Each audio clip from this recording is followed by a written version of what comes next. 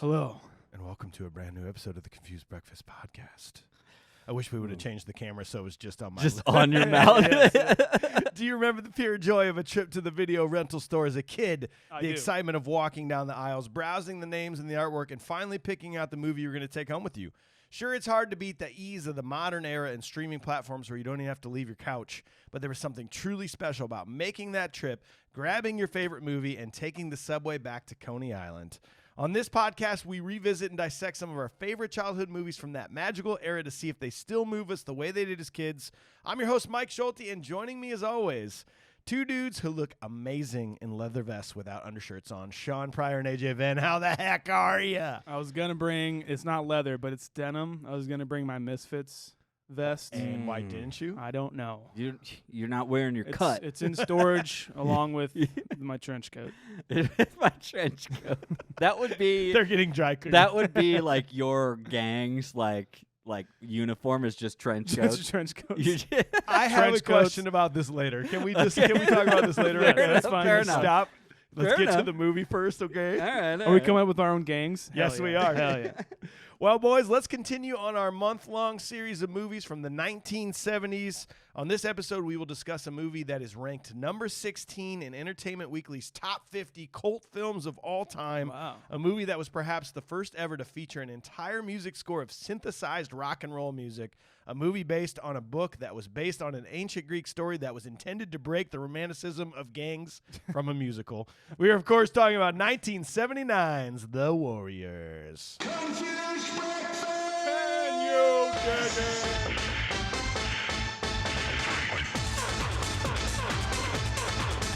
And for those looking to find this movie, as of the recording of this episode in early August 2022, I found it for free with a Showtime subscription. Oh yeah. Which means I still haven't canceled I it. was gonna say, I was like, yeah, I chose not to go down that dark road. I did.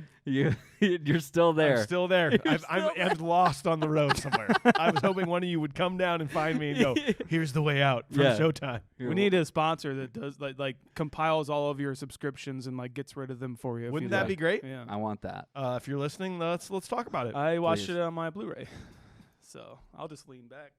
New Nice. chairs in the Tight. studios, New right? chairs. If you notice a lot of spinning and swiveling, that's what we got here. New chairs. Who dis?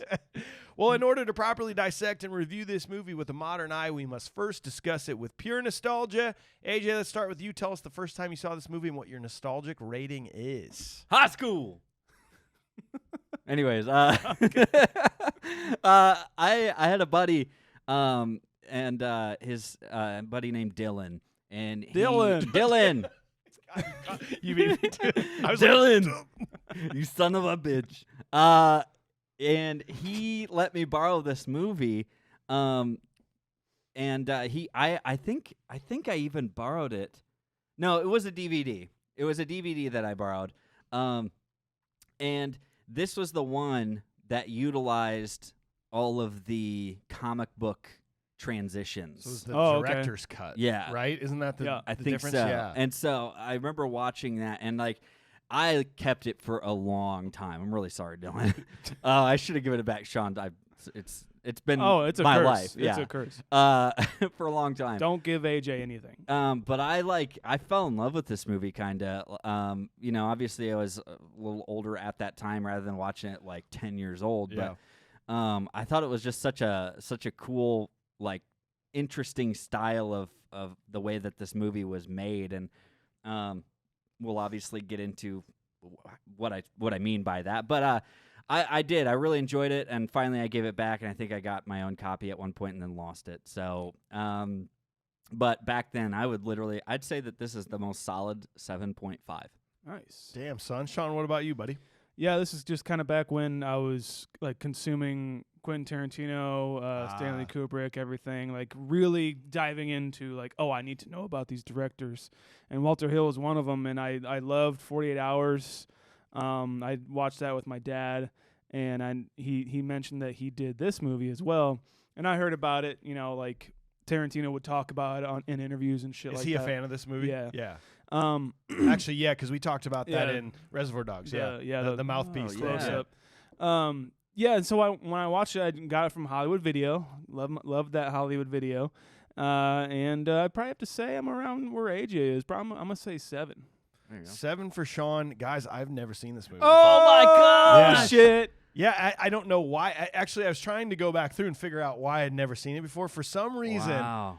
I know that there's a movie out there, maybe you can tell me what it is, where there's gangs, but they like dance fight instead of actually fight. Is there some movie out there where they like do breakdancing instead of fighting each other? That doesn't exist. I'm pretty sure it does. Are you talking about West Side Story? But I feel like it's not that. Is it The Wanderers, which this movie was trying to be? I don't know. Oh. I was under the impression that there was a movie where there was a bunch of gangs that roamed the city and they like dance battled, and I'm like, not for me, dog. That's West Side Story. Okay, well, whatever. Well, I never saw that either. Hey, when you're a jet all the way. Yeah. But I definitely like just never wanted to watch this movie. Although Because of that, you thought yeah, I just thought that's what it was. And then I remember in college, my roommate bought the PS2 game. Oh, The yeah. Warriors, Oh. which was awesome. But I never still connected the dots that this movie was this video game. Yeah. So I had never seen this until about 3 days ago. Wow, dude. Very special. So I'm excited. awesome. I'm excited to tell you what my thoughts are about it. I'm excited to hear it. Yeah. Yeah, no executive producer on that. So that takes us to a 7.25 for a pre-rating, which is pretty decent. That is slightly better than Cool Runnings and slightly worse than Batman, actually. Batman kind of fits the vibe of this movie a little bit, right? Yeah, kind of. little bit. I agree. Weirdly, it feels fine. Yeah. Just the grimy Gotham with New York and stuff. Yeah. It's like some Burton-esque vibes Yeah. here and Yeah. there. Yeah. Well, it's time to learn all the important and pertinent details of the movie. Shaun, that's your job. Fill us in on what you got. This is a fun one. Yeah. Produced by Lawrence Gordon and Frank Marshall and Joel Lord Silver. and Savior, Joel Silver. Written by Walter Hill and David Shaber, based on the novel by Saul Urich. Cinematography by Andrew Laszlo, who also did Inner Space, Star Trek: The Final Frontier, and everyone's favorite, Ghost Dad. Ghost Dad. I didn't see The Warriors, but I saw Ghost Dad. Horrifying in retrospect. Edited by Billy Weber, Susan E. Morse, and David Holden. Music by Barry Dvorzin. Directed by Walter Hill. Cast: Michael Beck, James Remar, Dorsey Wright, Brian Tyler, David Harris, Tom McKittrick, Marcelino Sanchez, Terry Michos, Deborah Van Valkenburg, it's a good one, Roger Hill, and David Patrick Kelly. Based on the novel of the same name, The Warriors story was optioned by Lawrence Gordon, who commissioned David Shaber to write a script. Having worked with Walter Hill on The Driver, Hill and Shaber set off to get financing. The team brought the film to Paramount, who were interested in youth films at the time. I love working with you, urban youths. Youths. Yes. Youths. Utes. Two Utes. To what? Yeah. We will cover that. Yeah. Lawrence Gordon had a good relationship with Paramount and said that they could make the film very cheap, which they did. Casting took place in New York, and while casting Alien, Walter Hill saw a movie with Sigourney Weaver that also starred Michael Beck. The filmmakers wanted Tony Danza, but he just got on a sitcom called Taxi, so Terry Michos was cast. Hill wanted a Puerto Rican actress for the role of Mercy, but Deborah Van Valkenburg's agent convinced the casting director to cast her instead. Walter Hill thought Thomas G. Waits was the next James Dean, but did not get along with him on set. Hill wanted Waits' character killed off immediately, and Waits demanded his name be taken off the film, which remains he's off not of there like- today. Yeah, on IMDb, you cannot find him on I this. was reading this story, and I'm like, wait, who was Who was that guy? Yeah. He's the guy. I mean, I don't know if you guys have seen the thing. He looks like one of our new producers, Alex Schulte, actually. funny Yeah, you enough. think so? He kind of does. Okay. Yeah, I could see that. You don't have to say, but he's one of the. I think he's Fuchs in The Thing. Is the Fox. only Fox. in this movie. Yeah. I think he's Fuchs in the movie The Thing. which neither of us have clearly seen. All right, so there's that. So Wow. I think we just broke Shaun's brain on that one. He's like, what? No, it's pronounced Fox or Fuchs. I was about to flip this table over. Like, I know this. In the movie, his name's Fox. Okay, that's fucked up. I don't like that.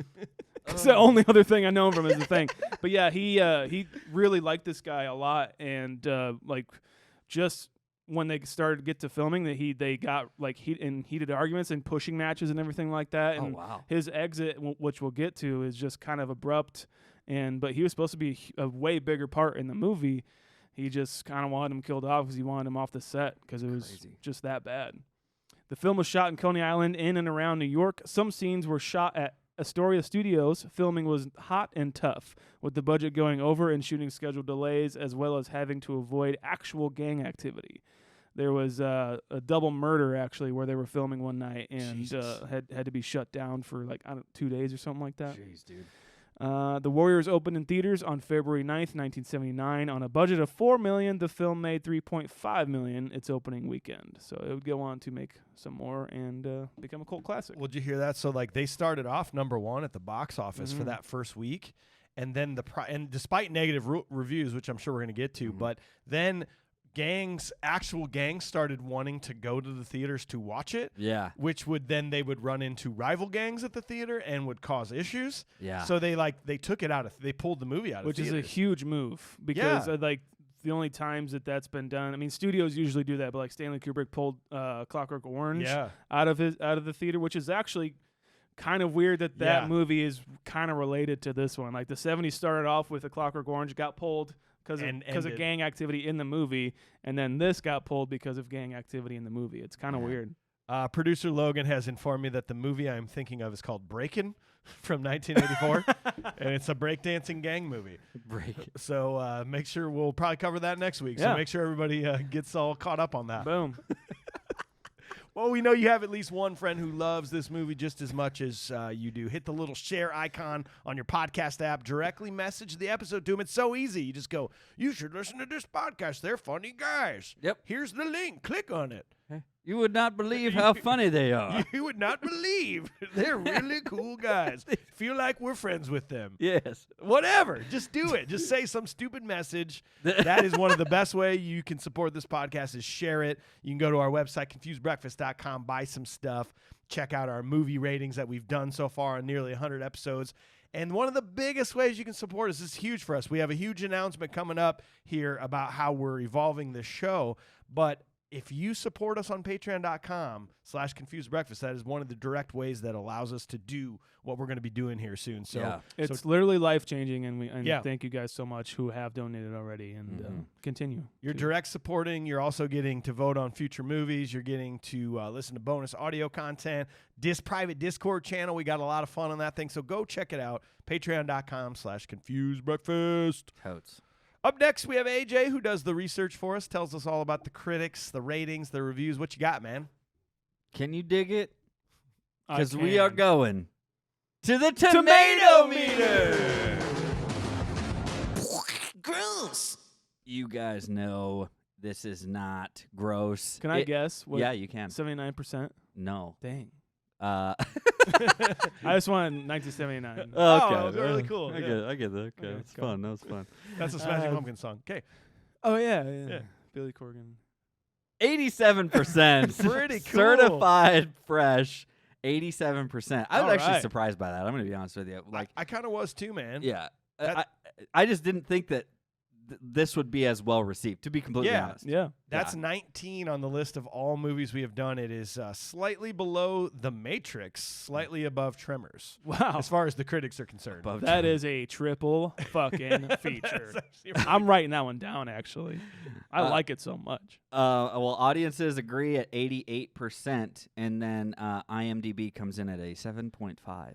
That's tied. We had 3 movies at 7.5. We had Beetlejuice, Batman, and The Warriors of everything we've done. So that's the company that everybody thinks it's in. Okay. Well, I think that's pretty good company. We started with Mr. Rajiv. Let's do it. Chicago Sun-Times. He gave it a 50 out of 100. Okay. 50 out of 100. 50 out of 100 or whatever this rating system is that he carries on. Basically half of whatever he gives. Half of a thumb. I don't know. This said The Warriors is a real peculiarity. Peculiarity. That was a tough word. Yep, I knew I was sure going to stumble. I'm sorry, guys. A movie about street gang warfare, written and directed as an exercise in mannerism. There's hardly a moment where we believe that the movie's gangs are real or that their members are real people or that they inhabit a real city. That's where the peculiarity comes in. I don't think we're supposed to. No matter what impression the ads give, this isn't even remotely intended as an action film. It's a set piece. It's a ballet of stylized male violence. Cool. I mean, that's I think why that's I only gave it a 50. and that's why I gave it half. Actually sounds really cool. If he had not told me the rating and he read that, I'd say, oh, cool. I was like, yeah, I definitely you agree. liked This it. is great. You Yeah. liked it, huh? Well, I only gave it one thumb. Exactly. I don't know what's so bad about it in that regard. I guess I want to believe that when he like sits down to write a review, and he's like, oh, I've used this word before, that word, but peculiarity. yes. I think I'm going to use that at least twice in this whole entire review just to trip somebody up Yeah, in the near just to- future. Some guy's going to have a podcast in the future, and he's going to struggle reading Yeah. that. I can't wait. I did go a little long probably on the critical reviews, but I just really liked the way that this one was written. This is from timeout.com. It says, and it's a little bit longer, I apologize, but I just really, really like it. Okay? Okay, shut up. so shut cool. up. It's just Shut up. cool. I got this. There we go. Lean back, get comfy, boys. From its powerhouse opening, in which all of the gangs of New York gather in tribal splendor in Riverside Drive Park, to the last-ditch stand in dilapidated Coney Island, Hill has elevated his story of a novice gang on the run into a heroic epic of Arthurian dimensions, with sex as sorcery and the flick knife as sword. Anyone expecting gritty realism will be disappointed, but Hill is offering something better. Shooting entirely on New York locations at night, he has transformed the city into a phantasmagoric labyrinth of weird tribes in fantastic dress and makeup who move over and under the streets as untouched as troglodytes by the civilization sleeping around them. The novice gang from Coney Island accidentally encounters some middle-class swingers on the subway, and the two groups stare at each other like aliens from different galaxies, while the gang's new female recruit has to be gently restrained from instinctively putting a hand up to straighten her hair. The movie mixes ironic humor, good music, and beautifully photographed suspense. It's one of the best of 1979. Dang. Was 1979 a big year at all? I think so. Okay. That's one of my favorite years for some reason in music and film. Wow. I don't know why. There's like this one, The Fog, Phantasm, especially for horror. I think Alien came out like early this year, maybe 78, but sorry. I guess we'll find out what your rating is later, huh? I guess so. Maybe. Well, that was a 100 out of 100. That was like 10 out beautiful. of 10, everything. But of course, the users have something else to say, and that'll be like, how did this trash get the green light to be made? Said Foxhound in 2021. Fuke sound. Fukehound, sorry. Give it to him. Hell yeah. I'll never say that word the same I again. know. It's ruined. It is ruined for me. He had this to say: a complete and utter waste of time watching this. A film that serves no purpose except to try to promote and glorify gang violence. This is a film that really stoops down to Texas Chainsaw Massacre's level. Should never have been given the green light to be made. Pathetic with a capital P. I planted that one back in 21. Planted that one. My subtle dig in Jaws. Yep. It's like, I know one of these fucking. I'm going to go back in time real quick into 2021. AJ will find this one. I know AJ wants to do the Warriors, so. I don't agree with like the we will definitely get to it, the glorifying the being Right. in a gang thing. Like Right. I don't feel that that's correct at all. I don't think so I either. don't think so either. Yeah. Yeah, Last, we'll get to it. Sorry. last one here, guys. This is a 3 out of 10. It's entitled "The Power of the Mime," and this was in 2006. Band name. Yeah. Mime? Mime. Couple of questions you have to ask yourself. In the beginning, you see a mime gang. Now, come on. How threatening is a mime going to be? Secondly, all these hardcore gangs are actually getting change and paying for their train tickets. Yeah, that's badass, that is. I have to say I was disappointed with the film, especially with the super soft gangs who looked like they were all racing home to mommy. He said mummy. I don't like it, though. Well, that's British. Oh, okay. Mummy. Yeah, Mom. A comfy bed, glass of milk, and their teddy bear. I was expecting a bleak future styling, maybe something along the lines of Escape from New York. All I got was the futuristic look of the 70s. A lot of empty streets and some subways that always turned up on time. The only redeeming character was the baddie bottle fingers. And that's it. Hell yeah. Do you notice what AJ does? He usually gives us 2 critic reviews. Yeah. Then he gives us like a really shitty one. Yeah. That usually makes us mad. And then he gives us like, actually like, kind of like this guy. Yeah. Really. That's how he always ends his review segment. I got a formula going. Yeah. You know? Well, So- yeah, the last review was like he didn't like it, but he did like it, but it's also fun. But it's 'cause also fun. He's using fun words. Yeah. Yeah. I just like someone else said, like, there's no understanding of what these gangs do other than coordinate their outfits. It's just like they don't do anything. They just coordinate They don't outfits. actually do a lot. anything. That's So all I joined the gang. Now what do we do? Well, we just sit around and talk about what we're going to wear next Well, we week. got to take your Honestly. measurements, that's for Yeah. sure.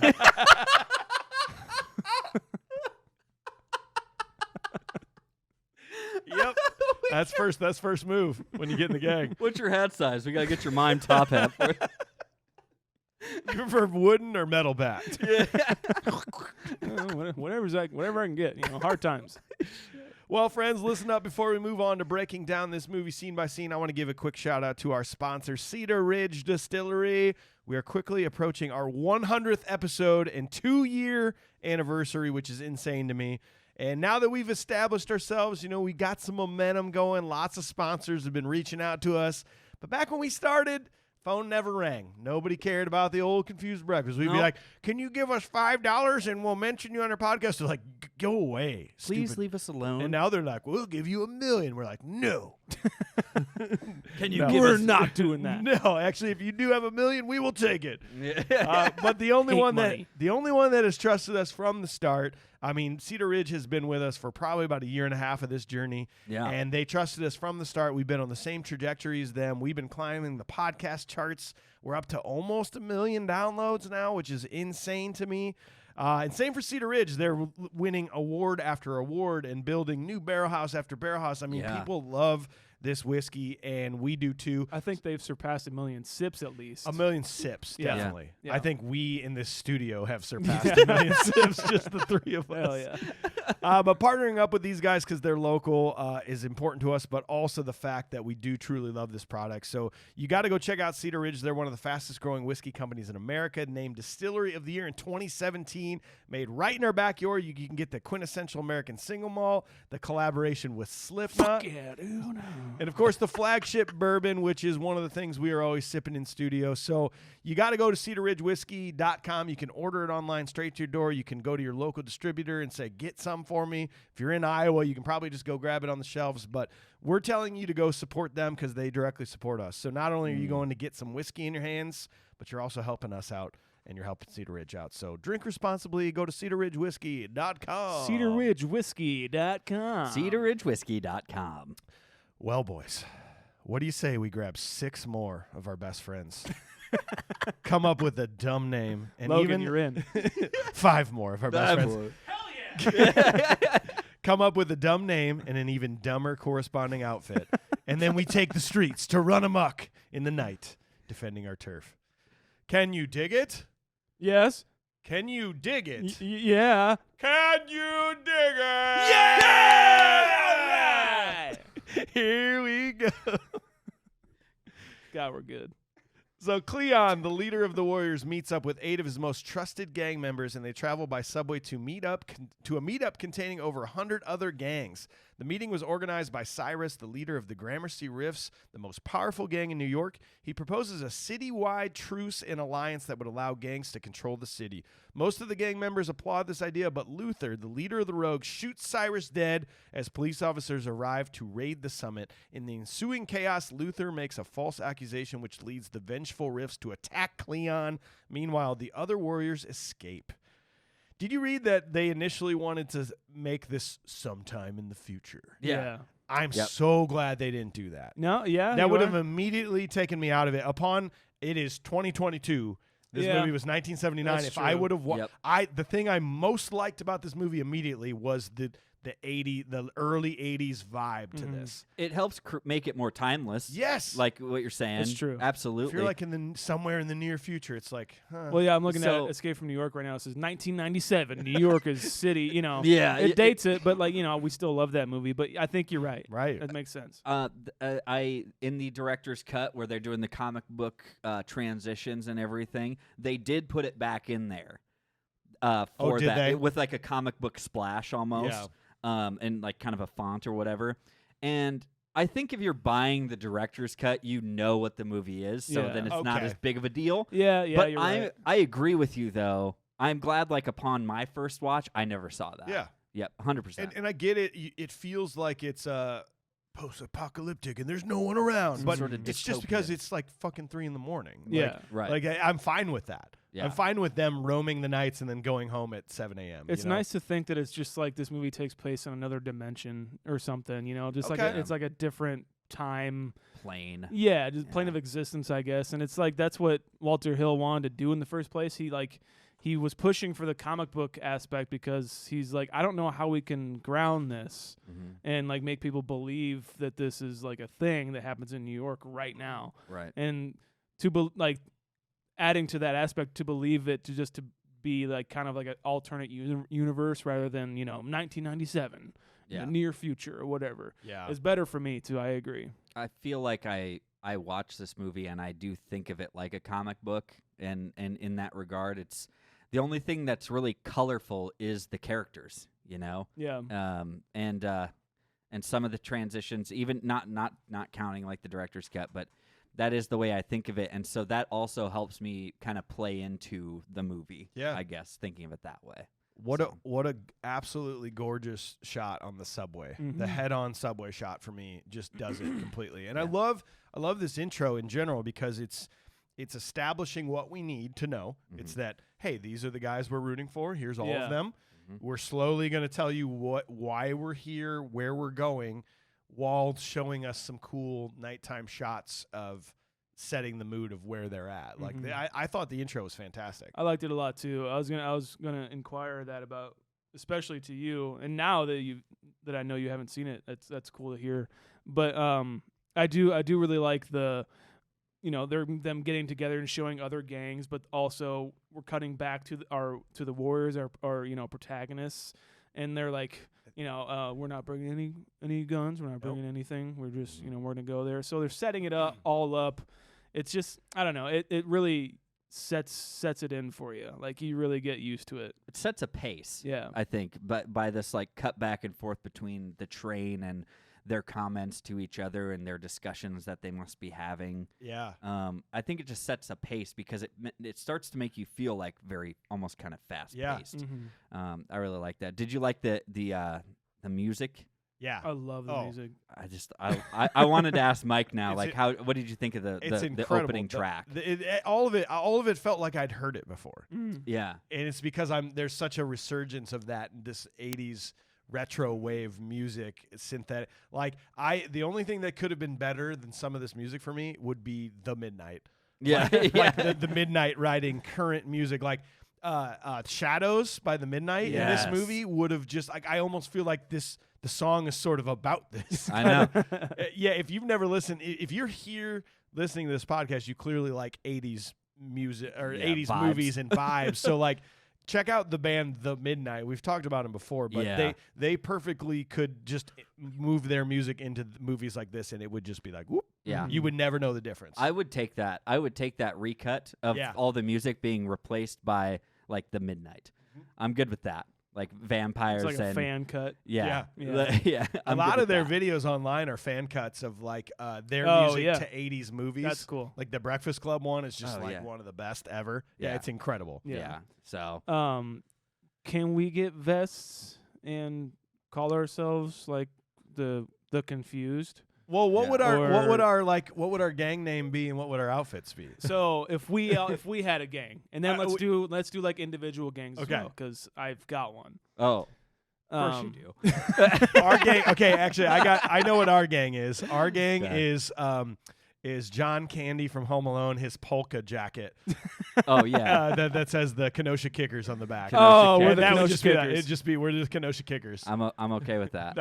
That's what we, because it's a yellow jacket. Yeah. Looks real good. Yep, I like that. Yeah. I like that. Yeah. Felix Gray glasses Felix on. Gray glasses. Bottle of Cedar Ridge that we can break and kill people with. You got it. I was thinking, I mean, I like that a lot. That's probably a better idea than what I'm about to say. Like, maybe just because I have Richter coming on my mind, Okay. like every episode, the Berbers or something. The Berbers. And just like we have our territory is just a cul-de-sac. And that's basically what they were. They were like, they formed a gang in the burbs to like, Yeah. spook on these other guys, these newbies that were in I like town. it. I think we'd be the Lost Boys, and then our theme Wow. song would just be the Lost Boys from the Midnight. And but we hire a guy to follow us around with a Yeah. saxophone. with the saxophone or a boombox. Like we would have a Lost Boys, boombox dude. guy like other drummers. Okay. You know, like the Civil War had Yeah. drummers. We We have a boombox. We have a guy with a keytar and a Yeah. guy with a boombox and a guy with Perfect. the Yeah, exactly. All right. Well, we know what if Shaun had his individual gang, we know it'd be no shirt and long black trench coat, The trench coats, dark glasses. They'd dark be- glasses, slick backed hair. If not, you can go bald. They'd be called the Neos and get misconstrued all the yes. time. So the ones, but there's multiple of you. We'd have They're vampire the teeth. ones? We'd The have Lone Rangers. we'd have vampire teeth, a trench coat, and the makeup from the Crow because it was the Matrix, Blade, and the Crow And the for me. Crow. All trench coats. Unbelievable. I wouldn't fuck with Shaun. The trench coat trinity. I would never fuck with a bunch of guys. And Trinity's from Matrix. Yeah. Wow. Damn. Goes full circle, baby. Do you guys have one? I don't know if I do, man. We can come back. If you think about it, unless AJ, you can think about one. We'll come back around. I don't know. I'd do something lame like the Wolves. lame like this purple vested group Oh that it cuts you. It's like The Boppers. Yes, it's like somebody. It's like a bad bachelor like party. Like We're all gonna wear purple. the groom picked this out. Like It's our wedding colors. out of a magazine, like from a bridal thing that was in a Yeah. mall down in the basement. It's like a Jostens magazine. They got these out of. I like purple. Cool. It's like a magazine that these gangs flip through. No, I've already seen somebody wearing that. Yeah, somebody's already got that one. I think it's funny because I hate the majority of these gangs. Like I hate the mimes. I'm like, what is even the point here? Yeah. With the mimes, and like even then there's some that just really had no thought into it. Like there's a gang that walks into the subway and the one guy like tries to freak out this lady when he walks by, and they're just literally just wearing like black t-shirts. Yeah, there's like the most basic gangs, and then there's like the over the top ones. Like there's Or the like Fonzies. Yeah, like the guys who have like the black like tanks with the white like fringe on them or whatever. They're just like walking through, and then there's the other guys who are like, oh yeah, we're very politely getting our tokens for the train. That guy is a nice leader, though. If I He is wanted a nice to join guy. a gang, that's probably the one I would join. Yeah. Because it seems like a really nice leader guy. Like he Pays takes for care lunch. of us, pays for lunch. He pays for lunch.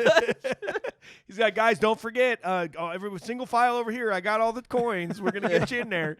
Remember to validate so you can get back. Did you guys see the list of like all the gangs and There's a everything? ton. Didn't they come up with insane. about 100 of them? Oh, dude, I like most of the names at least. Yeah. Names are very cool. Yeah. Except there, I did see like a couple. There was just like where it feels like they got lazy, like the sports. Like, yeah, I feel like that was just. I feel like that was a little bit, But then there's the yo-yos. Another one that I thought was funny was the Terriers, and I was just like, the Terriers. That seems a little friendly. Yeah. Well, there could have been a lot of meanings in that. Maybe the guy was Terry. His name was Terry. Yeah, true. Maybe they were all. Maybe you had to all be named Terry to be in the gang. Terriists. Or be with a guy named Terry or a Terriists. lady. We're the Terriers, like we're doing Terry. I don't know. The nickel stakes. That was another one that I Nickel thought was worth Stakes? mentioning. That's The fun. nickel stakes. Turnbull AC sounds like a fucking cool ass band name. That, Yeah, it like, does. Played with Gigi Allen back in the day or something. I agree. Did you guys happen to look up what the original opening was like? In No. this, it was actually supposed to be like a daytime shot, Oh yeah. and I found it on YouTube. You can go and find it, Mm. and it gives a little bit more context. But I totally understand why they didn't do it. Yeah. And I think I read the reason is they don't want anything other than like the end to have some sort of daytime relief. It's a great moment. Yeah.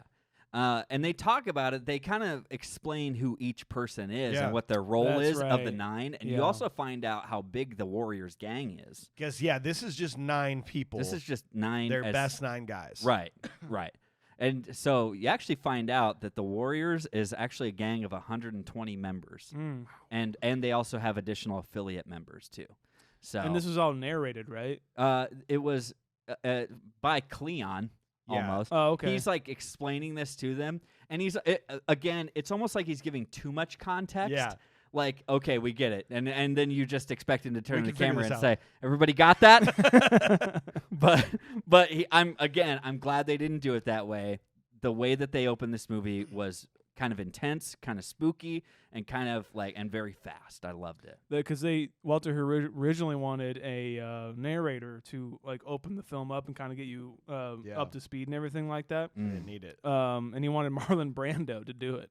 Okay. And so the producer's like, no. And so I think in his director's cut he does it. Really? Like he does like the narration and like the comic book strip kind of thing. That's like his thing. So yeah. Okay. Yeah. Whatever. So they all arrive. There's this huge arrival of. We're supposed to assume there's 990 people there, or something like that. 100 gangs times 9. Yeah, 9 delegates 900 people from 100 gangs. Yeah, and so I don't. First time watcher here. I'm just like Cyrus, huh? I'm just kind of like. This is weird. Cyrus. Yeah, this is weird. And the whole, I've heard Can You Dig It so many times in my life. Yeah. Because so many things I feel have copied this. Like, wasn't that like a wrestling guy? Was that The Rock? Did he? No, recasting probably. The Rock. Could play Cyrus. Would play Cyrus. Would play Cyrus. 100%. But young Rock. Exactly. Yes. Oh, yes. Not movie star. Not San Andreas Rock. No. Not masterpiece movie star. I want to smell what he's cooking. Like that's.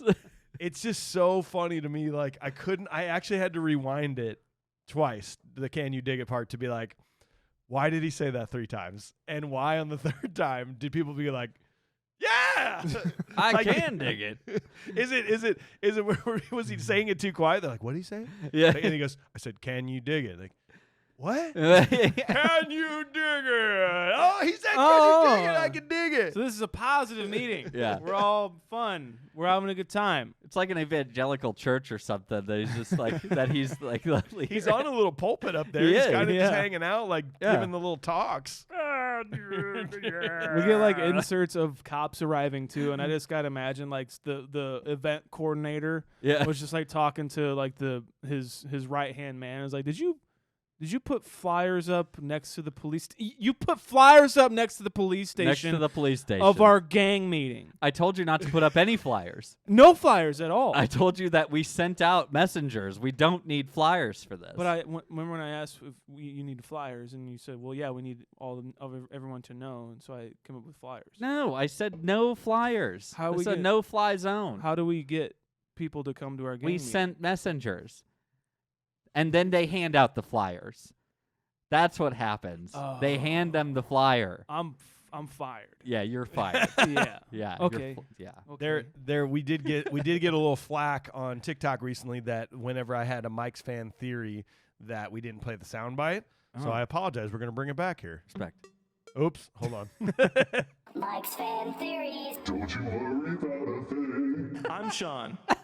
There it is. So in case you just joined us, we created that live in an episode. I can't remember what it was, but there is a theory out there that Cyrus was actually an informant for the police, which is how the police all knew about this. Oh. And the idea was that we're going to take the 9 best gang members from all the gangs, put them in one place without their armies of gangs, and keep them without guns, and we're going to surround them, and we're going to take them all out.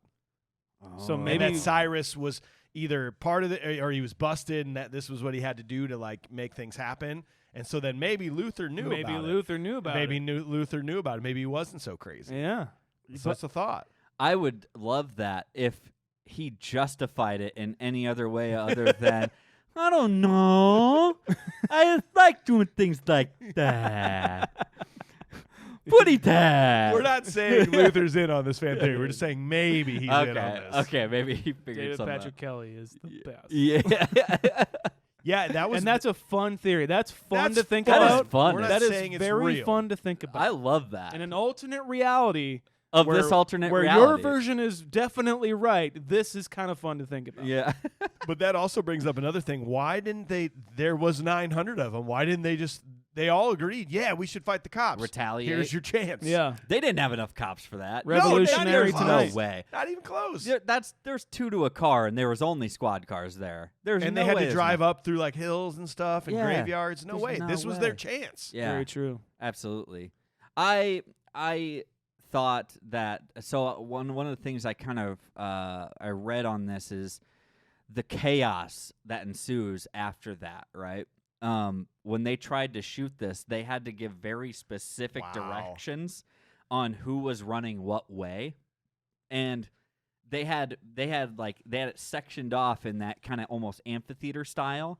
That hey, these 2 rows are running against each other, then those are running this way, that row is running this way, and if you're in that row, you run that way, and it's supposed to help. It's controlled chaos Yes. at that point. It looks good. It They looks- are all running full speed. Yeah, it looks really good. Yeah. So I don't know how they got actual gang members to like be extras in this spot.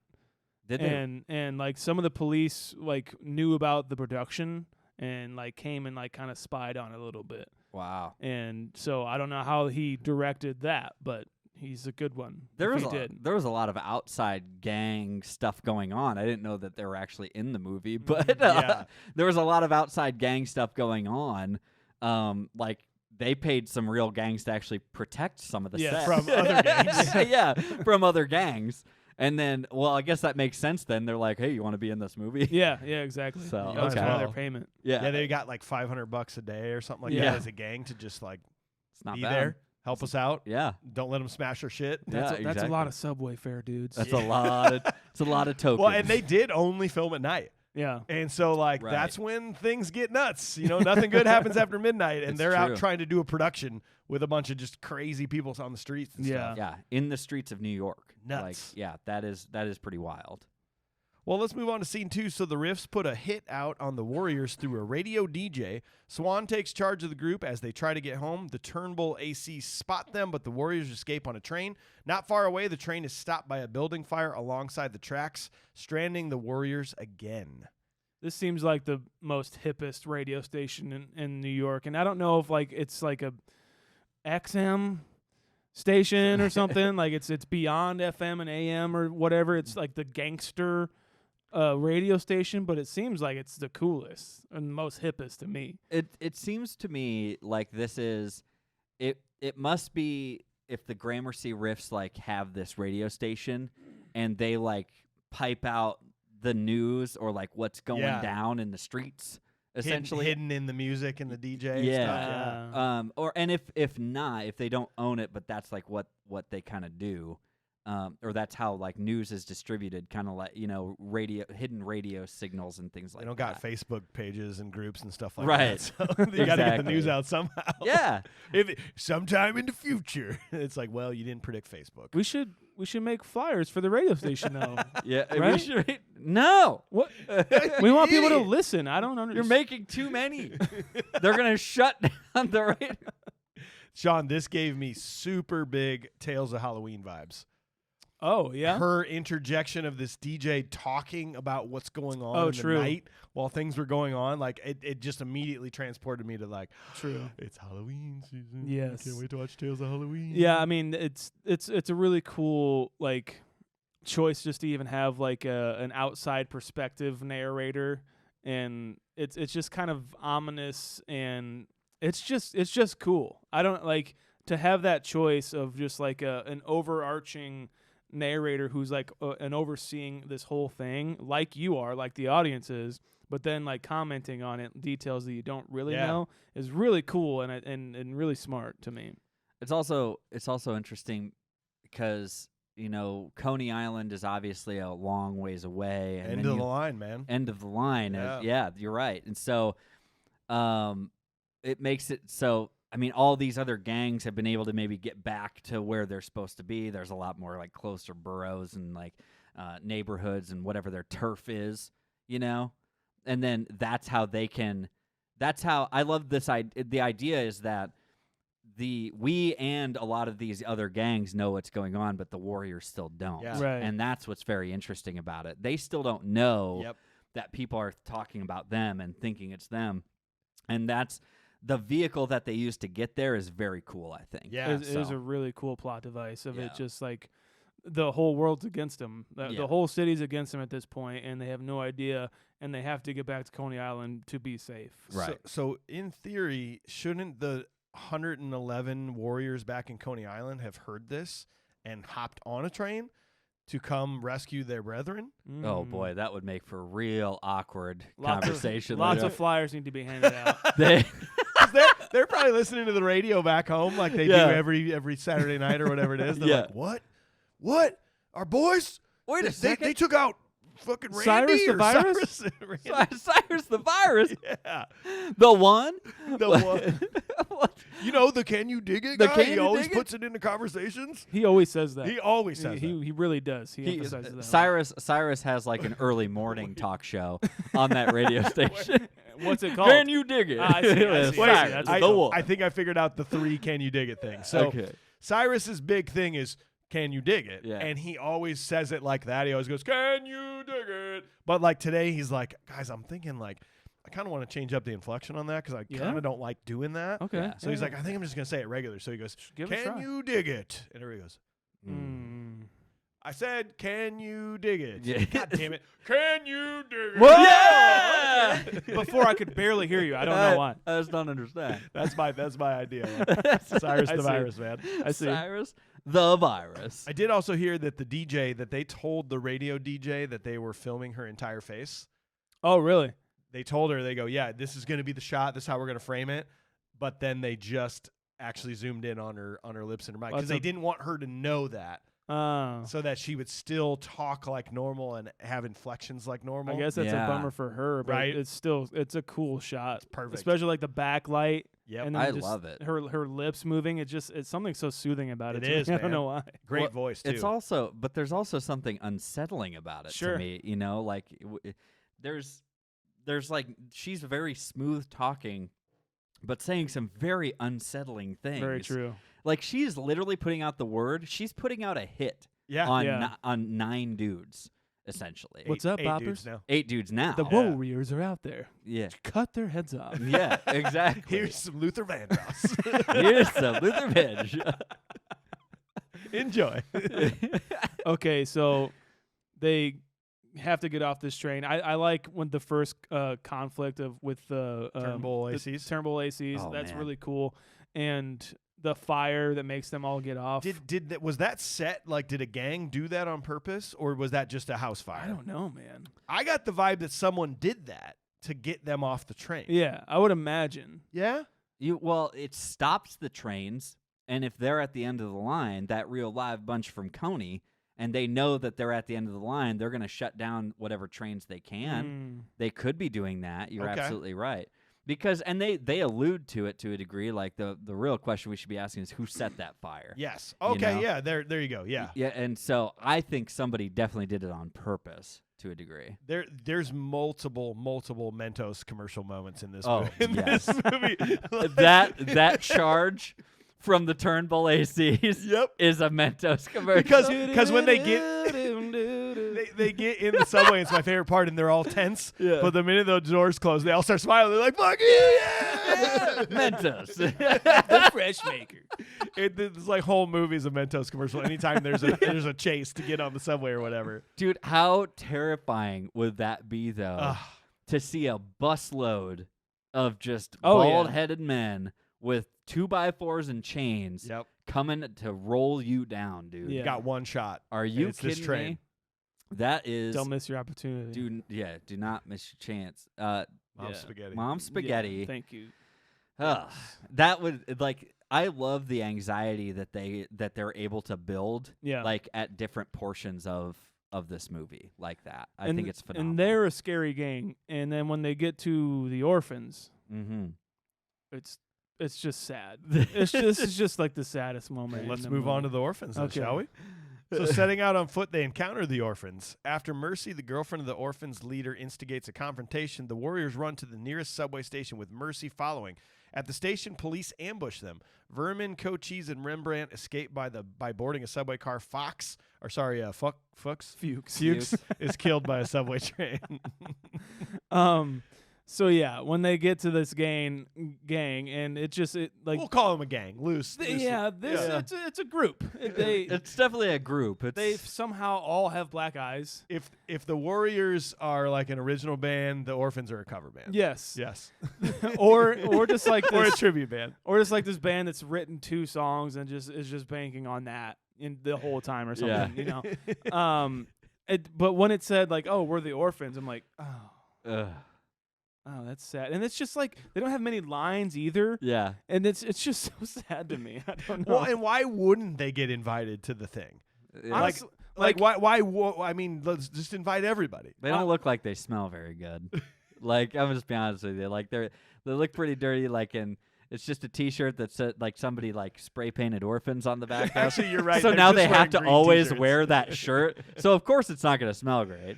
like the orphans weren't invited to the gang meeting. Invited. It's kind of sad. It's just like they're like, I mean, like then they start posturing up like, oh, we'll kick your ass. It's like, just ask them where their parents are. They're gonna back down right away.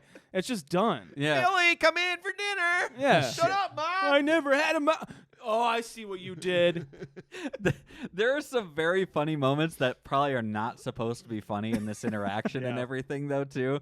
And for me, especially, like what you're talking about, it's like, well, you think, what do you mean? How could it be a big deal if the orphans ain't with it? It's like, God, you're just so You don't in get it, denial, dude.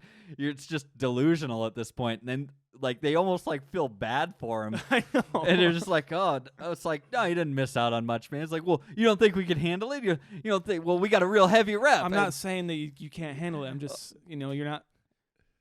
Then the guy walks up and hands him a flyer. Sorry, man. I just fell in between the cracks of the seat of my car. I'm supposed to bring this to you. It just flew in my face as I was walking down the street because I'm so sad. But really, Mercy fucks this whole thing up. Yeah. 100%. They were gonna let her go, and the Warriors were like, "We're not gonna fuck these guys up. Like, Yeah. we're fine. We're just gonna walk through here." And Mercy, like I gotta tell you, Mercy, her first on-screen thing with the chicken noise, Molly goes, ugh.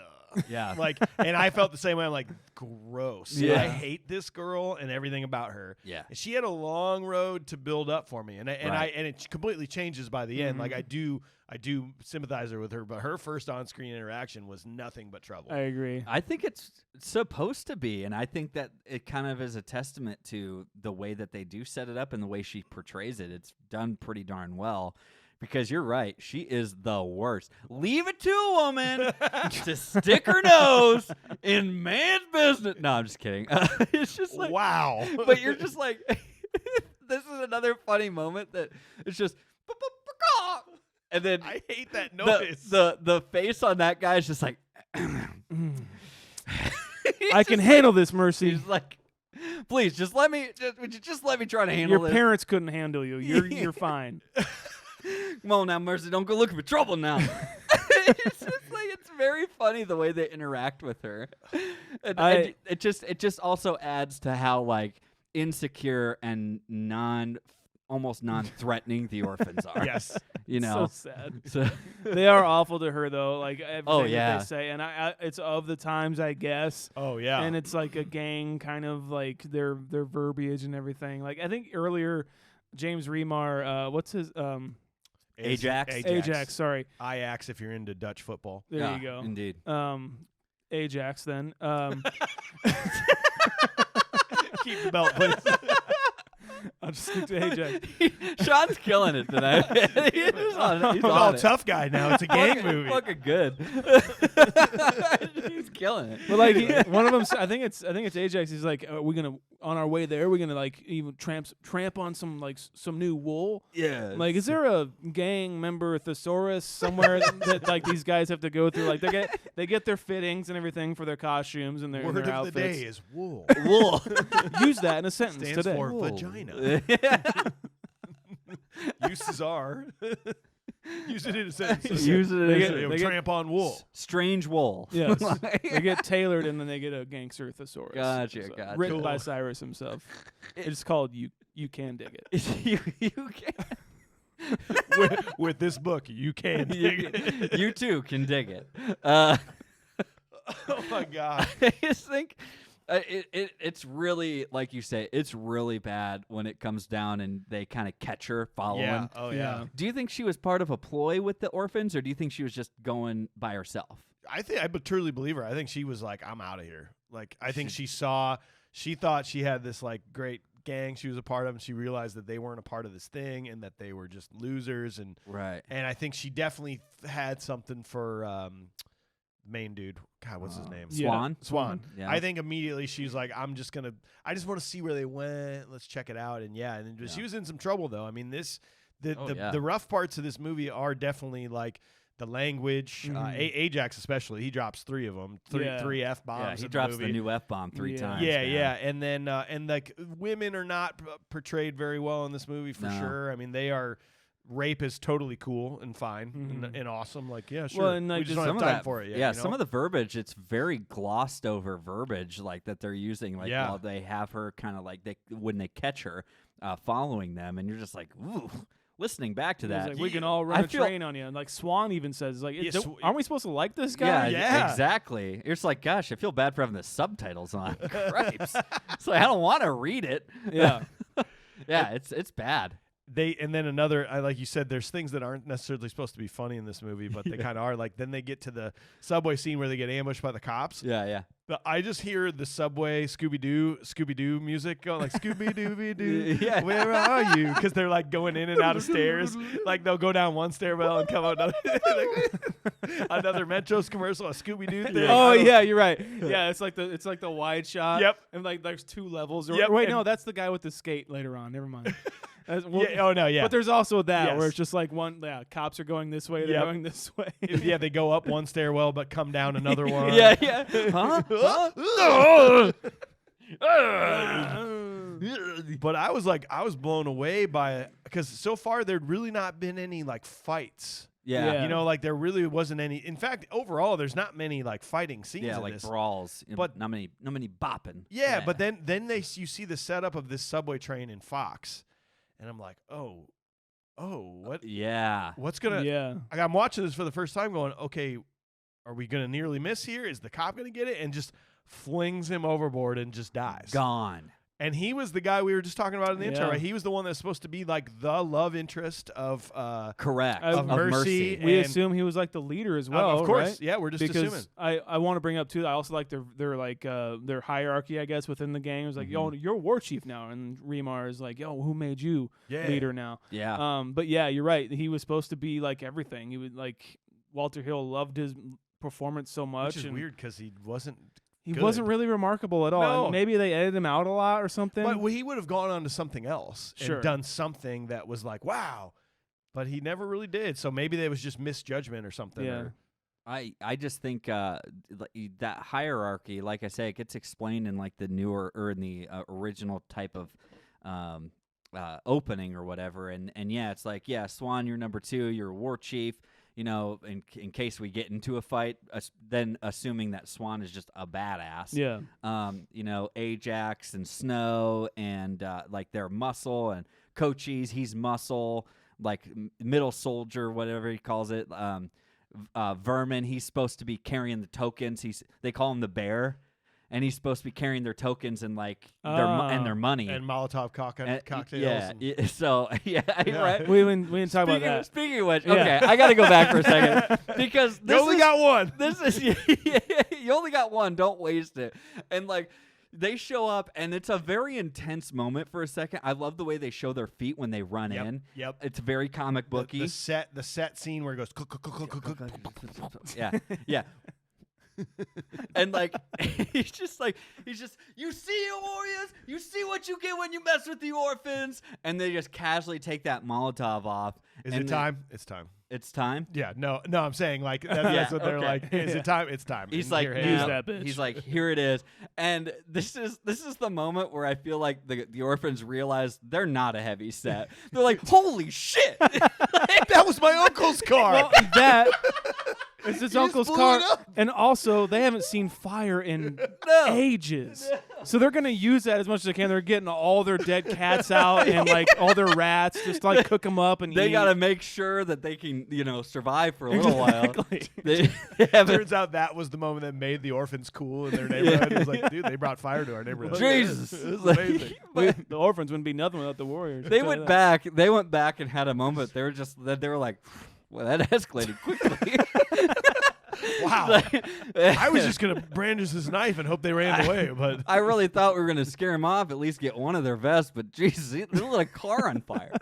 Would you guys ever do that? How'd they even do that? I don't know.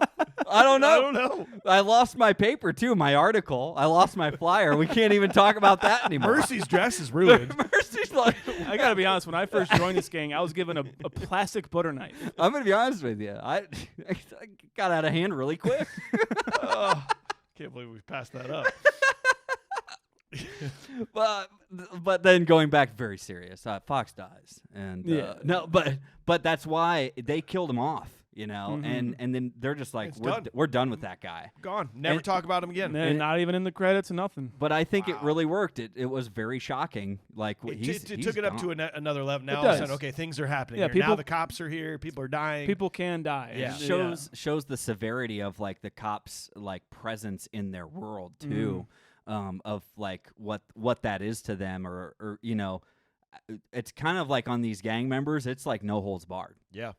So yeah, it's kind of scary. Yeah, man. Yeah. Have we talked about is this baseball fury fight? getting there in right this? now? Cool. So Swan, Ajax, Snow, and Cowboy defeat the baseball Furies the furries. in a brawl. After the fight, Ajax becomes sexually aggressive with an undercover police officer and is arrested. Upon arriving at Union Square, Vermin, Cochise, and Rembrandt are seduced by an all-female gang called the Lizzies and invited into their hideout. They narrowly escape the Lizzies' subsequent attack, learning in the process that the gangland community believes the Warriors murdered Cyrus. I think the baseball furies are like the second coolest gang in this movie to me. Second to the Warriors, I believe. Shaun, You don't? I'm sorry to say this. They're my least favorite. Really? I hate it. Like, imagine, like, the Warriors are cool, right? And they're like, cool, I got to go, babe. I got to go. It's nighttime. It's midnight. I got to go meet with my dudes on. I'm just going to take what I'm wearing right now, and I'm just going to take my shirt off, and I'm going to put my cool vest on. Yep. I'm ready to roll. These guys literally have to be like, fuck, okay, I got to get my jock strap on. I got to get my cleats on. Now I got to paint my fucking face. I don't even like baseball. I hate baseball. And clearly Their prep is like it's so dumb. I would be out of that. It'd be like, we always go back to music. It'd be like joining a Kiss tribute band. It's like, fuck that. Yeah. I'm not going to do this every night. No. I hate this. Being Westmoreland from Limp Bizkit, like, can you imagine what he has to go through before? Wes, you're the only one. no wonder he quit. It's like, And then came back. yeah. But like, but that's the thing. You're 100% right. Like, how many times do they have to wash their sheets because their face paint got on They the fire? fell asleep. And they're Well, like, come on. They fight Like, a lot. They get sweaty. It has to get in their eyes, It's kind of like a Juggalo thing, probably. Yes. Like Juggalo baseball group, essentially, is what it is, right? It's just weird. Well, I'm just saying, like, in if you want to defeat these guys, like the orphans, like you just ask them where their parents are. They're not there. Going to make them even more sad. They're probably gonna. they're a little whatever. league team. But you ask the baseball furies, like, name one baseball team. Yeah. If you're wearing a baseball jersey, name Yeah. one baseball team. Oh yeah. Who's your favorite all-time hitter? You like baseball? Yeah. Who's Babe Ruth? Yeah. What was his RBI? Yeah. All you got to do is you just got to throw some baseball facts at them, and they'll be discombobulated enough to or if apparently you actually throw baseballs at them, are they inclined to stand there and like, Yes. yeah. Oh, shit. But notice how, hey, yeah. I like Well, no, that. actually, you had it twice, so you're Oh, yeah. down to none now. Whatever. You're down to none. Okay, now. okay. You get what you said? I get it. I get gave it. it to you again. Yeah. But see how dumb, like, they hold the bats really weird? Is Yeah. that like a thing?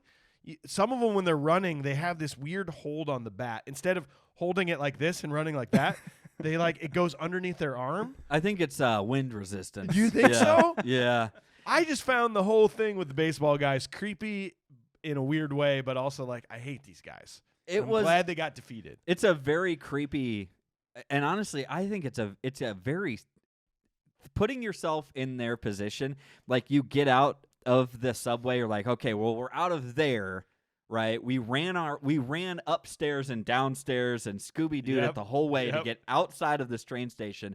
Now we're just waiting for our buds, and we look out and we see baseball clowns. Yeah. Are you not said a word? Are you kidding? That would be terrifying. It is. That would be absolutely terrifying, and they're like, "We better get out of here."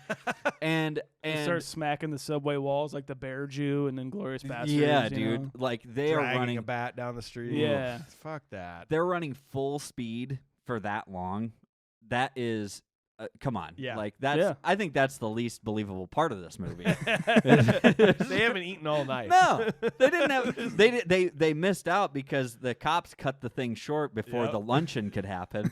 So The Capri Suns. they're handing out sack lunches and stuff, just like with an apple. Do you want an I'm apple or vegetarian. bread? I'm vegetarian. Oh, hold on. Those are coming around. They're coming around. Just stand right here. Like cut Hold apples. No peanut butter cups. Yeah.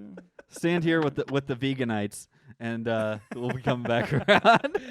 The whole veganite group is just standing there like, well, where's our lunches? We RSVP'd vegan lunch. I do like this fight though. Like it's. I'm glad. No, hold on. Okay. All right. Never mind. Let's get back to lunch. What is it like? The logistics of Is this it actually lunch. vegan, or Do is they it have a just- pescatarian option? Oh yeah, tuna salad. Sorry. Is it Cool Blue Capri Sun? 'Cause if it isn't, Better be Pacific Cooler. Yes. so we do see some action. It's a cool like kind of fight and violent It's like scene. the first fight, really? Right, Like pretty actual much. Fight? I do like Ajax or James Remar's character. Like he like beats him up. He like finds a bat and he's like fucking A. Like it just I like that line a lot. It's just like, oh, that is him. He just wants to. He's looking for action the entire night. He wants to fight. He wants to get laid. Like he is just out there to just live life. Yeah. But this is one of his. This is like his his downfall. Well, yeah, you're right. And this is also kind of his redemption for like his character, if you will. He's like, you can see him like kind of like That's true. like helping Cowboy along Yeah. and just saying like, come on, man, we got to keep going. We got to keep going. He's trying to like motivate him. And then when Cowboy cannot make it, he's like, good, you know what? Like, Sick of running. I'm sick of running. And and he turns around and he makes sure to like kind of help first. Yeah. And Do you think fight that's first redeeming for him? Is it supposed to be? Because then he turns around and wants to rape a girl in the park. And I then think- it turns around and you're just like, you know what? You had your opportunity and you just blew it. yeah. Oh, 100%. You blew it man. because you wanted to blow it. And Yeah. how long was she waiting there? Oh, Is what I want. to she was sitting there a long time. And how many gangs ran by him? Exactly. How much did she No, see no. like running by him? Just like I've gangs, seen that trick before. Oh God! Oh God! Oh. She's like cops chasing guys down, and she's just like turning the page, Just reading my book. Oh yeah, Keeping her whistle hidden. dude. Exactly. Did you notice? Did you recognize her? No. You didn't recognize her? No. That is Mercedes Rule. That's her real life name. She plays the undercover police officer. That is Josh Baskin's mom in Big. What the fuck? Oh my God! This was her first role. Holy hell, I don't man. just sit down. Keep me company. Isn't that weird? Oh my God, that's weird. What if that's really her? Police, dude. She Crazy, is the huh? police. That is amazing. Yeah. That's I really did not fucking know cool. that. Holy crap! I had to look that up. I was just like, she looks familiar. And then when I got to it, I said, oh my God. Wow. Yeah, pretty cool, huh? Not We to could stop now. not to completely glance past that fight of the Baseball Furies. A couple of things. They were using like real bats in those fights. Look like it. And they was it Michael Beck or Swan? Mhm. He broke a dude's ribs Oh, that's right. like actually during that fight, and the shot is still in the. Really? It's still in the movie. It's like right near the end, I believe, when he kind of catches the last guy. And there's also a very funny shot of just a baseball fury just standing there like, yeah, get him. And then somebody just comes up and wastes him right at the side. He's like, oh. Ah, damn it. Oh, damn dang it. My ribs. My ribs. I didn't sign up for this. I do have a prop. Ooh, here's a prop. This was a tough one until my last rewatch. I go, oh, there it is. Ajax has a dope ass belt buckle. Did you ever notice that? He's got a belt buckle that's got this like gold face on it. And I tried to look it up. No one really is sure what that face is. Some people think it's Elvis. Huh. Some people think it's like Socrates or something. Socrates, if you will. Socrates? Yeah. But it just like when he's at the bench here, and you're kind of seeing a crotch shot of his crotch in the undercover cop's face. Yeah. You notice that belt, and it's pretty tight. I need a new belt buckle, I think, in my life. So that's where I'm going to go with prop. All right, man. Show, girl. I have to take the 3 bottles David Patrick Kelly has at the end. You get all 3? The mini bottles? Dang Yep. it. The mini bottles? I want them just like hanging like on a shelf like that. And With a hand. Yeah. With That'd be David awesome. Patrick Kelly's actual hand. This might be too obvious. I want the switchblade. Yeah? I want the switchblade. Which one? I want Swan's that From he the got end. from. That he puts in his belt later Yeah. on in the film? but because he got that from the roller skate guy. Yeah. Did he really? Yeah, he had to have, Okay. because that's the only place he could have gotten it from. It's the same one. It's black handle. and Yeah, stuff. that's right. Yeah. So our boys go. The rest of the gang, we're kind of split up here now. We've got We've got Mercy and Swan into the subway tunnels, which was sort of that was just a weird moment to me. I like that they built up this sort of like potential future relationship, and it was kind of a cool moment. But it was also just sort of, it was still sort of weird. Like there wasn't like, I don't know. I just didn't like necessarily, like it was weird. He was still like insulting her.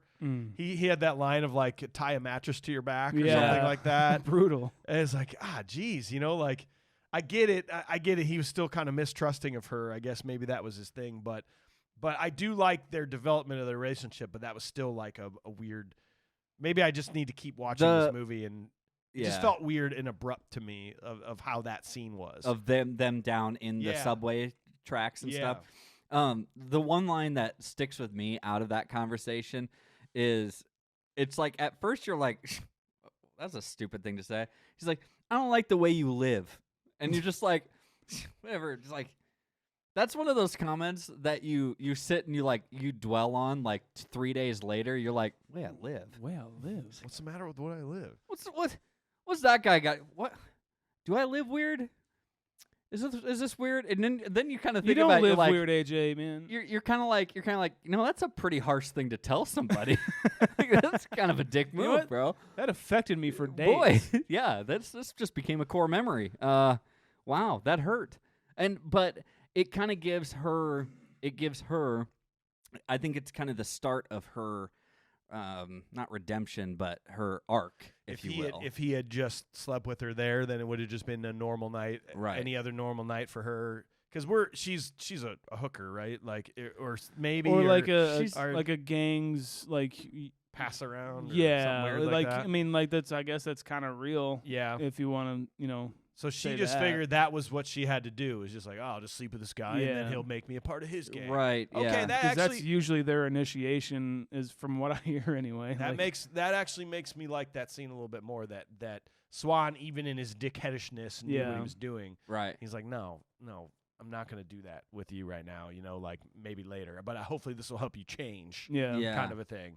He's like, you're just another part of everything, and it's all bad. And he sees that she's pretty tough and can take care of herself too, and I think he kind of sees that as well, and that's maybe why he doesn't do that. He's like, well, this is a worthwhile woman, maybe. Yeah.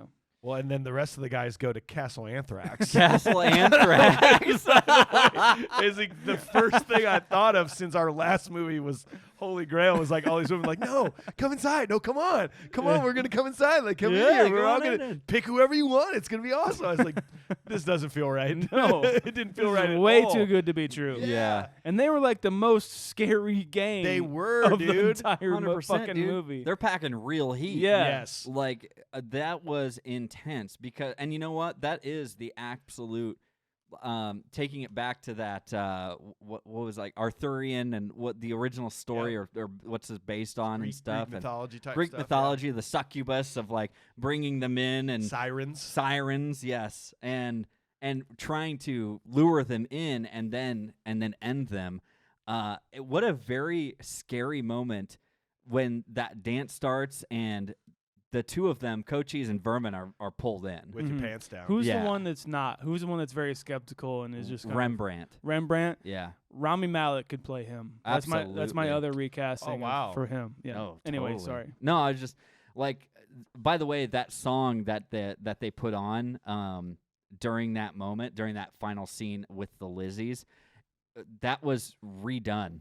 It was actually different music, and that's why they dance weird. Oh, really? That's why they dance like out of time. It works. You know what I mean? They just didn't know how to dance back, and That's tension. They don't understand dancing, and but it just seems like everything's off. Even their dancing is like, oh, what? Why is this off? Yeah, and I just think it's very interesting, and it becomes. I love the turn and seeing it through like Rembrandt's eyes of how he's watching this scene unfold, and he's like, "This is not right." And then that door locks, and you're like, "Uh-oh, this is bad." And that whole dude, the chicks are packed. This is one of the best. I think this is one of the most exciting scenes, actually. Yeah, I think so, too. The way they put it together, too, like the slow motion and. Dude, when he claps that chick with the chair, that is like, boom! Oh! Had to. She's unloading that pistol all over the place. It was intense. I loved it. Yeah. I loved it. It was a really good one. By the way, Vermin was supposed to die. He's supposed to die in that scene? He's supposed to die, but, actually. Oh, yeah, but they actually just like really liked his like kind of comedic relief in the movie. Yeah. We kind of like this guy. Keep him alive. Yeah, they decided not to kill him off, and instead they basically killed off Fox. Like, somebody's got to die. We'll just kill Fox. Someone's got to die. But yeah, I thought this was a great scene, one of my favorites. Yeah, it was cool. And when they do finish it up, I like that Rembrandt's the only one who got injured. And they're like, "Hey man, we got to keep it together. We can't be dancing around and doing all this bullshit." It's like, you're the ones who wanted to go. Why'd you let us go? Why did you let us go in there? This is ridiculous. Oh my god.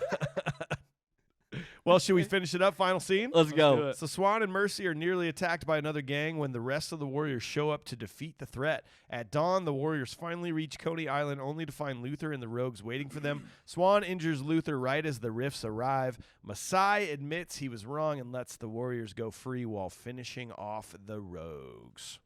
Hit it! If we were on a train to go punch a face, I'm on board. Actually on a train to go punch a face? Yeah, exactly. What do you got?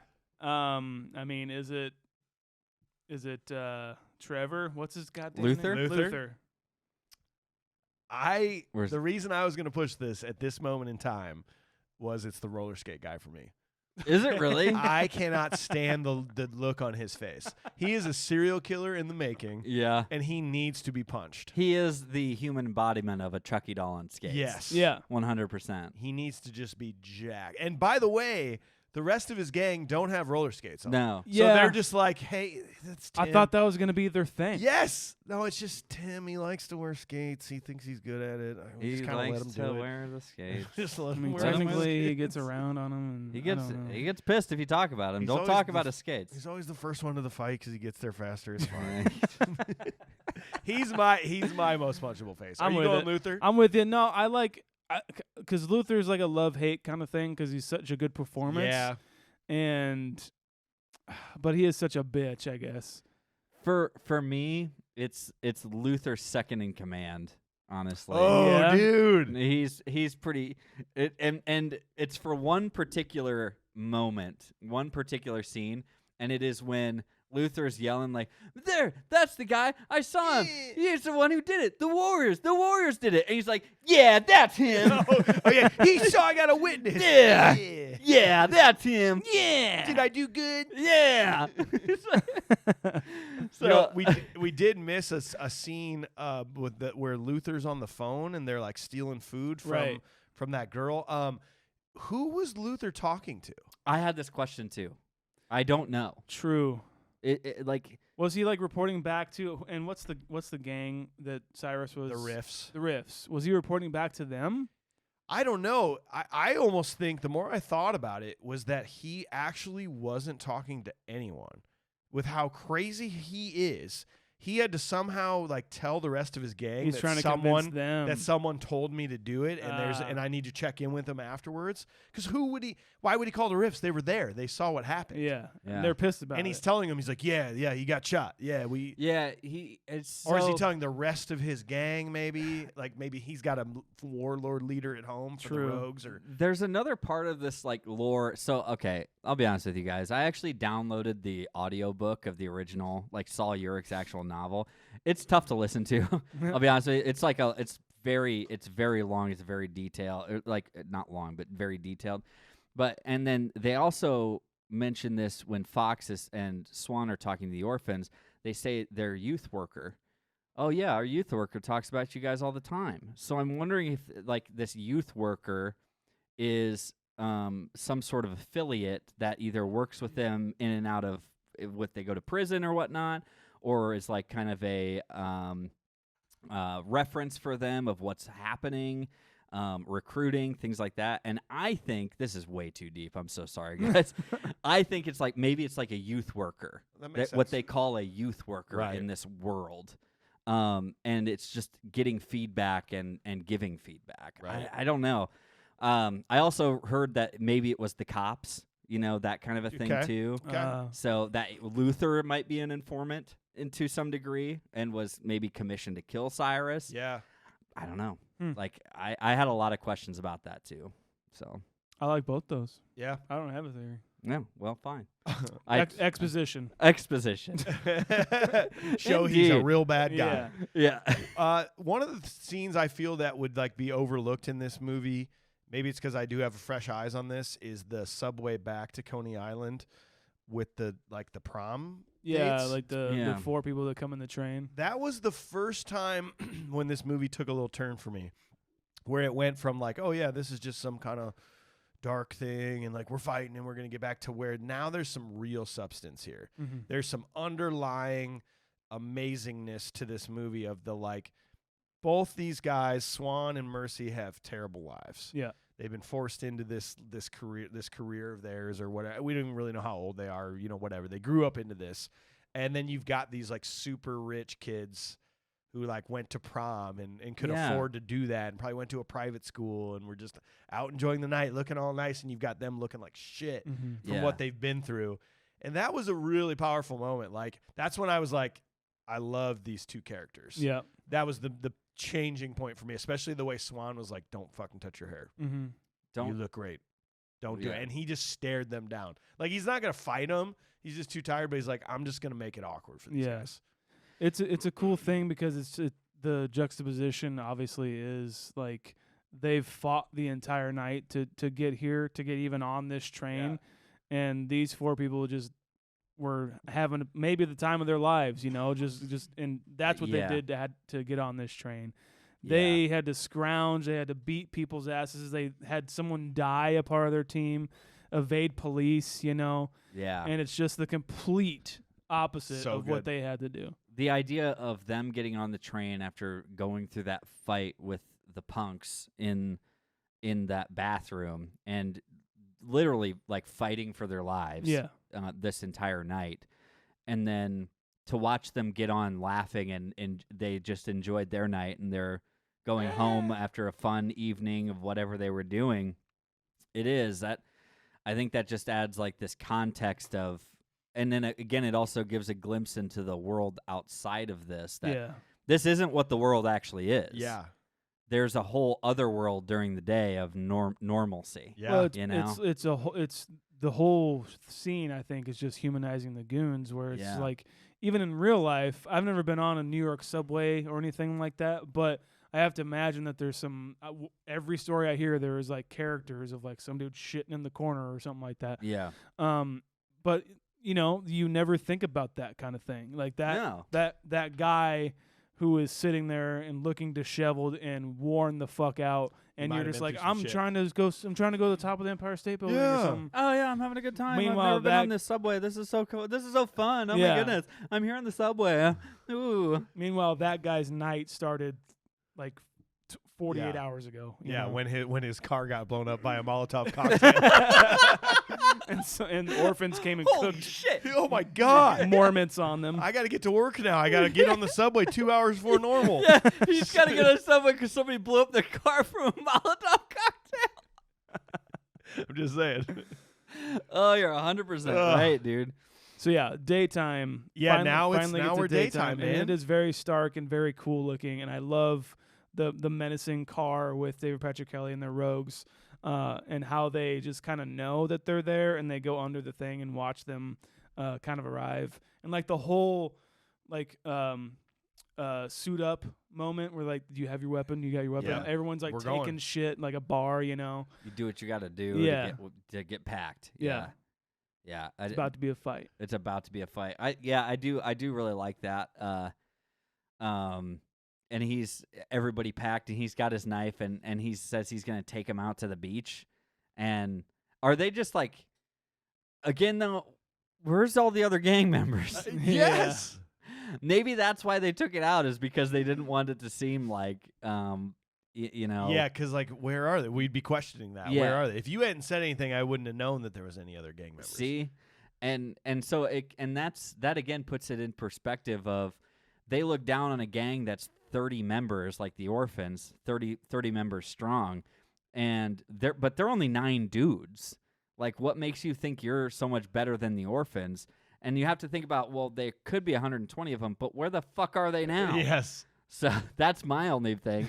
They're just going to have to fight this out now. I don't know if there's so much lore behind this movie that we just don't get. And that's what makes me sad. It's not like Predator, where they had a movie and then they had a bunch of sequels that gave us all this lore and understanding. We just have to deal with it. Yeah. It's you know? okay, though. And I'm fine with Yeah. it. It's just that's became a frustration after watching it so many times. So Well, to me, you kind of feel that in to yourself, you know, and I think that's what's cool about this being, and like what I was saying in the beginning, like this movie kind of takes place in another like realm or dimension, yeah, you know, where the rules of 2022 don't apply to this whatever's going on, you know. I like that about it a lot.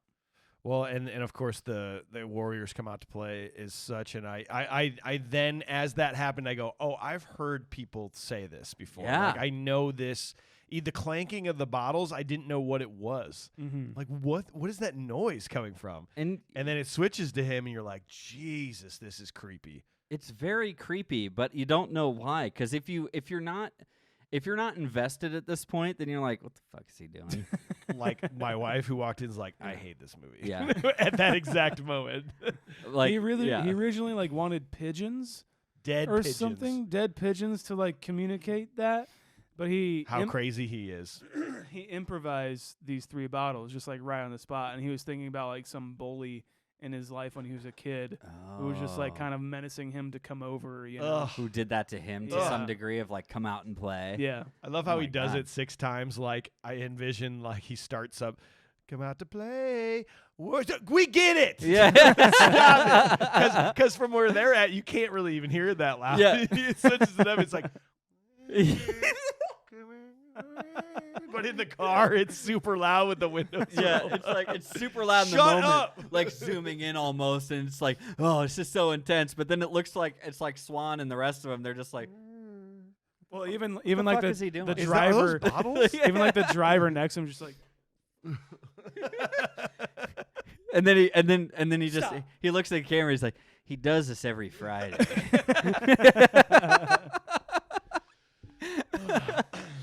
Man. I love so much about how much of just a whiny pile he is at the end of this, and it's very badass. Like that final little dispute and everything, and him throwing that knife into his arm, and yeah. you know, it's a very interesting, cool finish, I think. And a really scary yell from him. Who knows what the riffs did to him? Oh And my! his Yeah, gang. yeah. Who knows what happened on that Coney Island I think beach? they initiated him into kidding. their gang. Wow. That's where they got the idea Huh? for chili dogs, actually, for Coney Island. Hey. So That's not even funny. Oh my God. why are we laughing? Ugh.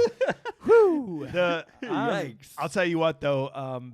Very rarely do you get those moments of like where a perfect song just like Yeah. stops you in your tracks. Yeah. In the City by Joe Walsh. People think it's the Eagles. The Eagles did record it, but Joe Walsh did it first. The movie, the version you hear in this movie is And Joe he Walsh. wrote it for the movie, right? Yeah, He I did. because if you read the lyrics, it fits Yeah. so perfect. And I'm so glad that this whole thing played out because all I wanted to do was hear that song from start to finish. Yeah. And they just kept walking. Yeah. And they just kept walking. And I'm like, can you imagine that they basically said, hey, we'll tell you when to stop. Just Yeah.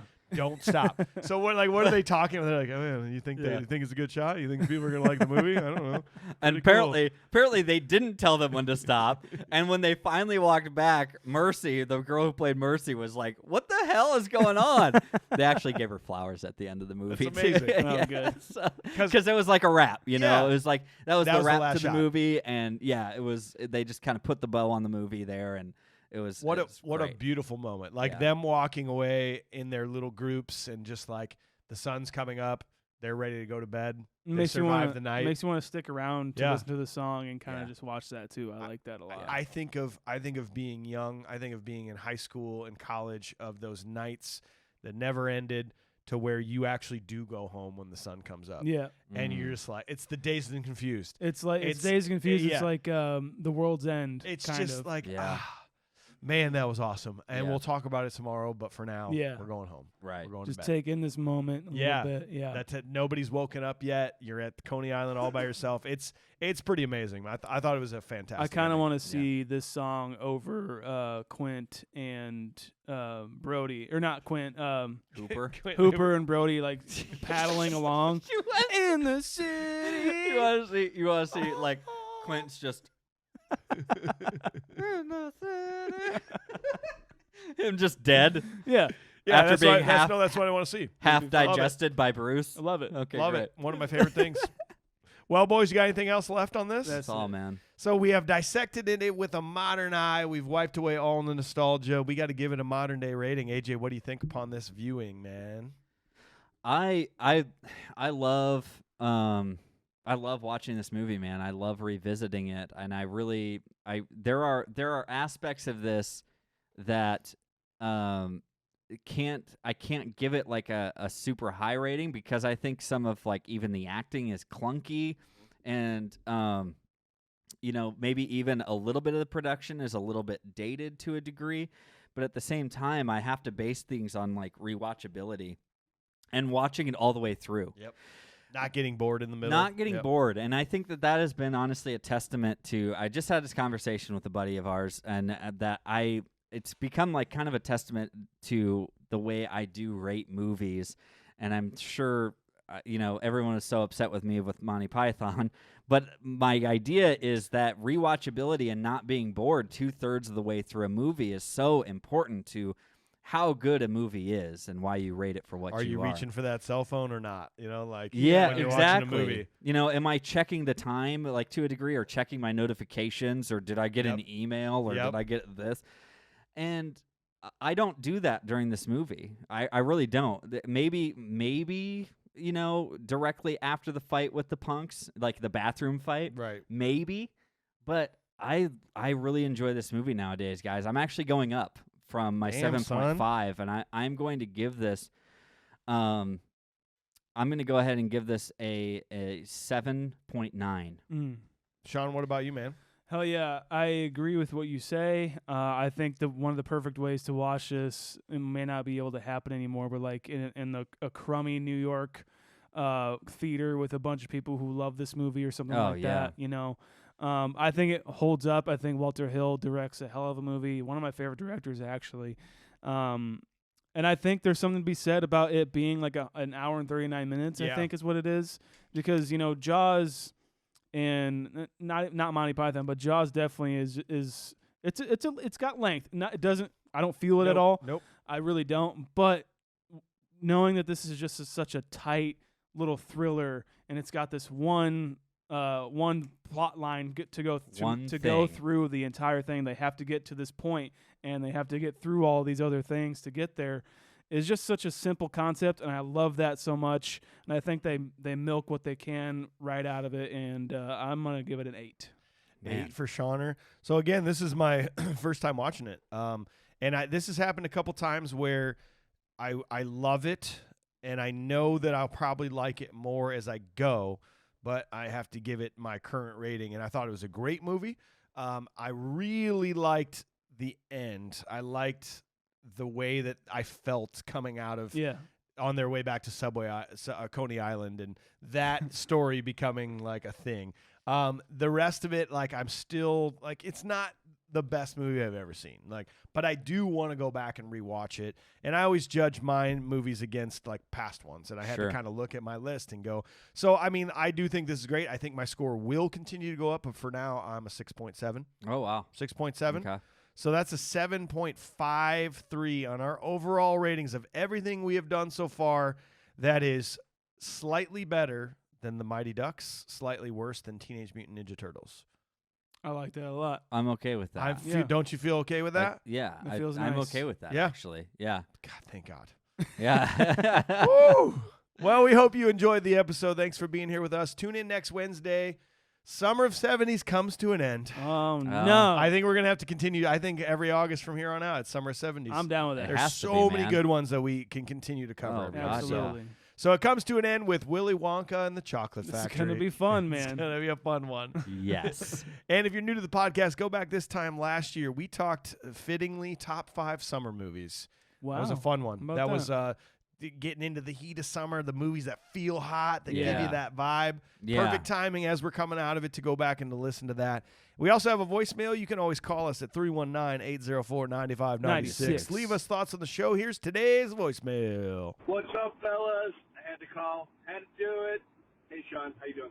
Hey, buddy. Listen, getting on a little road trip here, going out for work, and as soon as your opening music came on, I was getting off the on-ramp and onto the highway. I was like, hell yeah, here we go. But then I realized you're reviewing Who Framed Roger Rabbit, which sucks. But I realized sometimes when the movie sucks, that's when you guys perform. Anyway, dudes, you're the best. Love you. 5 stars, yada, yada, yada. Moving forward, tell all your friends. Got ya. Okay, boys, have a good one. Later. Yo, dude, just left a message about getting on the highway, yada, yada, yada. Hey, I forgot to say I'm Adam from Chandler, Arizona. And, yeah, okay, bye. Hell yeah. Thanks, man. Appreciate that, dude. Yeah, I kind of agree. Sometimes the better the movie, sometimes we get stuck more in analysis all the time. Analysis. But yeah, you get into like a blank check and a 3 Ninjas. We were on fire. Oh, Some of God. my favorite times that we have. Just like I'm ready. I was never more ready to light Ernest Scared Stupid on fire. Like during our review. Yeah, I'm ready. I just was ready to light it up. Well, yeah, give us a call sometime. Check us out on social medias. AJ, let's take everybody out here, man. What do you got, dude? Guys, make sure that you are doing your due diligence to follow us on all social media platforms. You know where to find us at Confused Breakfast, just about anywhere. Twitter's at Confused Be Fast. I don't know. ConfusedBreakfast.com takes them. ConfusedBreakfast.com is the only thing you really need to know Really? to get all the links for all the things that we do. If you want to go there as well, you can find our merch store and wear our logo on your chest. You can wear some funny sayings from the podcast on your chest. You can get some stickers. You can get some coffee mug with our name Mouse on pads. it. Mouse shower pads. Curtains. Shower curtains. Redbubble does it all. You can Yeah. get some bats with our names on it. Mm-hmm. Yeah, go Like the baseball for Furies. all of our merch. Go to our website, ConfusedBreakfast.com. And we love if you support all our sponsors. Go buy stuff. There's links for all our sponsors in the ads, in the show notes. Patreon.com/ConfusedBreakfast. The best way you can support the show and get some extra perks. So You bet. I think we should go. We should probably go. Should we go? Yeah. Okay. I love you. I just really love you guys. Can you dig it? Goodbye. Can you? I